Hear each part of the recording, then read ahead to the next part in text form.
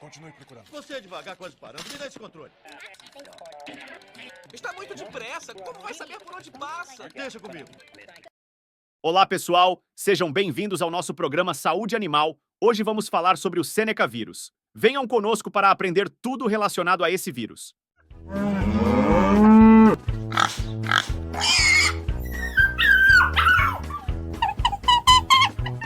Sobre o surgimento do Seneca vírus, foi incidentalmente isolado em 2002, no estado de Maryland, Estados Unidos da América, em células de cultivo celular de retinoblasto fetal, provavelmente contaminado com tripsina de suíno. A denominação Seneca deve-se ao fato de o isolamento ter ocorrido em um laboratório localizado próximo ao Seneca Creek State Park. No Brasil, entre final de 2014 e início de 2015, ocorreram inúmeros focos de doença vesicular em leitões desmamados e em adultos de diferentes regiões. Simultaneamente, foram observadas altas taxas de mortalidade em leitões neonatos de 1 a 4 dias de idade. As taxas de morbidade e mortalidade variam segundo a categoria do plantel. Naqueles afetados pela primeira vez, a morbidade pode variar de 4 a 70%, dependendo da idade dos suínos. O SVA é um vírus infeccioso da família Picornaviridae, pertence à ordem Picornaviralis, que inclui 35 gêneros, dos quais 8 infectam suínos. Esses gêneros são aptovírus, enterovírus, sapelovírus, senecavírus e texovírus. O senecavírus A é um pequeno vírus de RNA não envelopado, de fita simples e sentido positivo. Em regra geral, os suínos são hospedeiros. No entanto, existem evidências que bovinos, talvez outros ruminantes, roedores e humanos também são susceptíveis, apesar de não desenvolverem doença vesicular. Em algumas das vezes, esses outros animais, incluindo o homem, podem ter importância epidemiológica na ecologia de SVA em suínos, ajudando a PEI a manter a infecção viva em rebanhos. Também se especula que o patógeno pode ser mecanicamente transmitido por vetores, tais como os mosquitos. É uma doença de transmissão orofecal. O vírus está presente no organismo de suínos doentes e portadores. O vírus é eliminado pelas secreções como saliva, excreções como fezes e linfa das vesículas rompidas durante aproximadamente 28 dias. A transmissão pode ocorrer através de visitantes pelas suas roupas e botas, veículos, equipamentos, fômites, bebedouros, comedouros, artrópodes, aves silvestres e outros animais, incluindo roedores e gatos. Além da ração, o senecavírus foi isolado de rações para suínos, assim como em ingredientes que compõem a ração, farelo de soja. A infecção ocorre quando o vírus penetra no organismo do animal suscetível pela boca. O SVA causa doença vesicular em suínos, A gente vai morrer! clinicamente indistinguível de outras doenças vesiculares, como febre aftosa, doença vesicular suína, estomatite vesicular e exantema de suínos. Os sinais clínicos característicos do SVA são lesões vesiculares no focinho, na mucosa oral e nas patas, cascos, banda coronária e ou sola, associadas a claudicação e letargia, que levam a anorexia e claudicação de 10%, 90% dos animais. À medida que a doença evolui, surgem profundas úlceras multifocais e erosão, abrasão cutânea, que evoluem com formação de crostas. Além disso, tem sido relatado perdas neonatais ou até mesmo já foi observado lesões vesiculares em menos de 24 horas até 36 horas após o nascimento em leitões de matrizes virêmicas. Até os 5 dias de idade, os animais também apresentaram anorexia, letargia e diarreia. No entanto, não há um entendimento preciso dessa forma de apresentação. Nessa imagem ao lado, podemos observar uma lesão vesicular rompida no focinho. Já nesta, observamos uma lesão vesicular rompida na pata, pois a presença de lesões macro e microscópicas no intestino são praticamente inexistentes e não é conhecido o papel do vírus nessa forma clínica. Também são observadas lesões histopatológicas.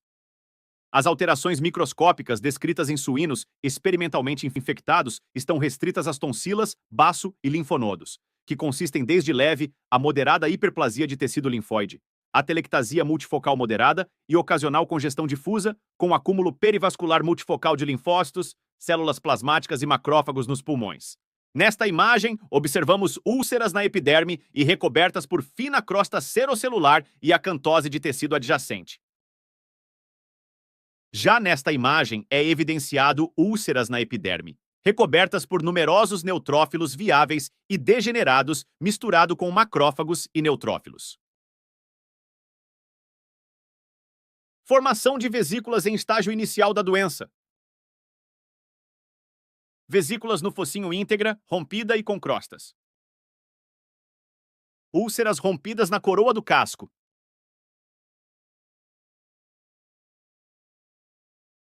É importante ressaltar que somente a avaliação de histórico clínico não é suficiente para o diagnóstico de Seneca vírus, visto que esta enfermidade causa sinais clínicos semelhantes a outras doenças vesiculares, tais como febre aftosa.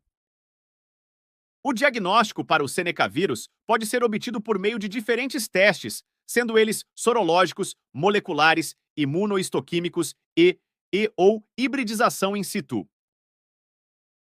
Os testes mais utilizados para a detecção do patógeno são os moleculares, dentre os quais está o QRT-PCR, que é padrão ouro para o diagnóstico. Este exame trata-se de um método que proporciona rápido diagnóstico, devido à sua especificidade e sensibilidade. Para a realização dos testes moleculares, pode ser realizado por meio de amostras de soro, amígdalas, fezes, fluidos orais e vesiculares. A imunohistoquímica trata-se de um teste capaz de detectar antígenos virais específicos, enquanto a hibridização in situ faz a detecção de ácidos nucleicos. É importante ressaltar que a realização de histopatologia como método único de diagnóstico não gera resultados conclusivos para essa infecção. Entretanto, pode ser utilizada como método auxiliar para a seleção de amostras de tecidos e órgãos.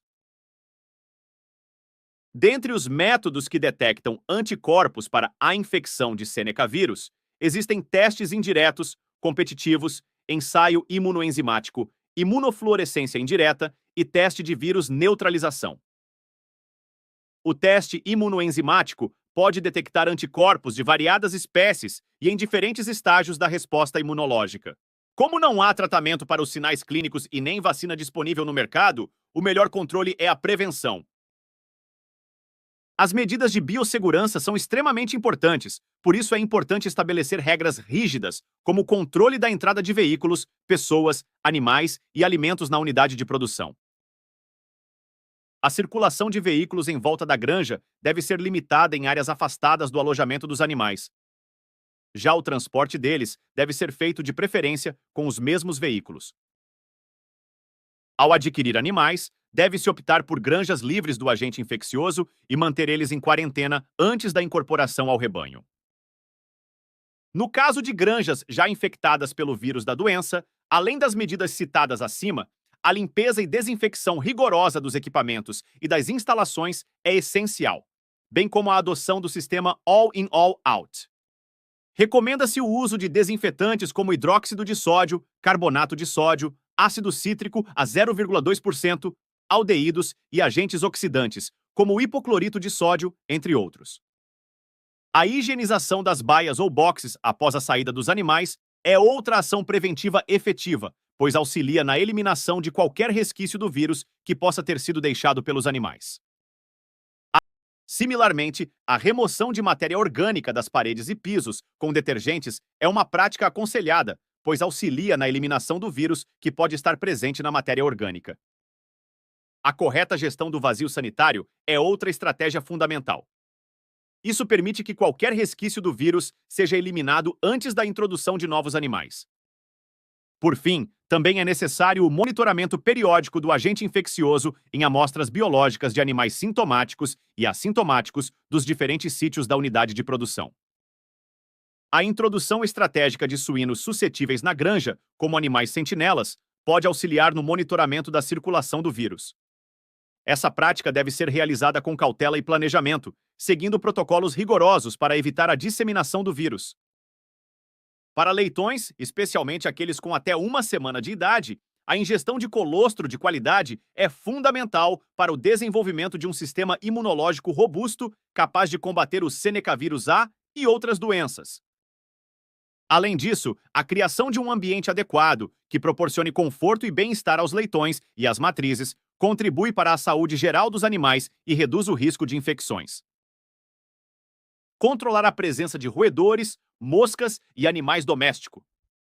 A implementação dessas medidas pode auxiliar na garantia da saúde e do bem-estar dos suínos, minimizando o risco de infecção pelo Seneca vírus. A gente vai viver!